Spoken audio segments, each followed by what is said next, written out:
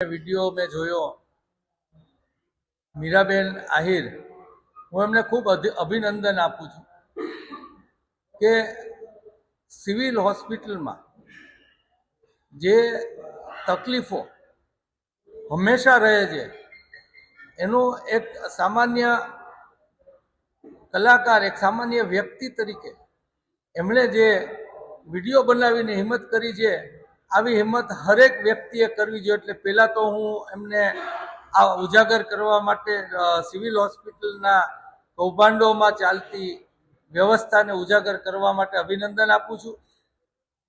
ભાજપ સરકાર એના ભ્રષ્ટાચારમાં મસ્ત છે અને પ્રાઇવેટ હોસ્પિટલોના હાટલા હાલે અને ધીમે ધીમે સરકારી હોસ્પિટલો જ બંધ થઈ જાય એ પ્રકારની ત્યાં માનસિકતા ચાલે છે.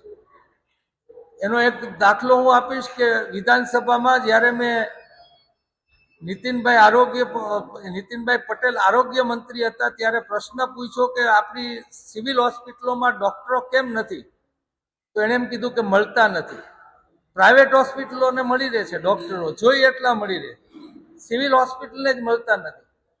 આજે પણ એમને જે ઇન્જરી થઈ છે, મને કોઈ કહ્યું કે એમને સ્લીપ થયું અને માથાની ઇન્જરી થઈ હતી, પણ મને જ્યાં સુધી ખ્યાલ છે તો ત્યાં ન્યુરોસર્જન નથી, બહારથી બોલાવવા પડે. ન્યુરોસર્જન એ ઇમરજન્સી ડિપાર્ટમેન્ટ છે. એટલે સરકાર જ જ્યારે ઈચ્છતી હોય કે લોકોનું જે થવું હોય એ થાય, ત્યાં અનેક કૌભાંડો સિવિલ હોસ્પિટલોના બહાર આવે છે, છતાં પણ સરકાર એમાં જાગતી નથી, ત્યાં વ્યવસ્થા પૂરી આપતી નથી અને ભ્રષ્ટાચાર પણ હોસ્પિટલમાંથી પણ કરે છે.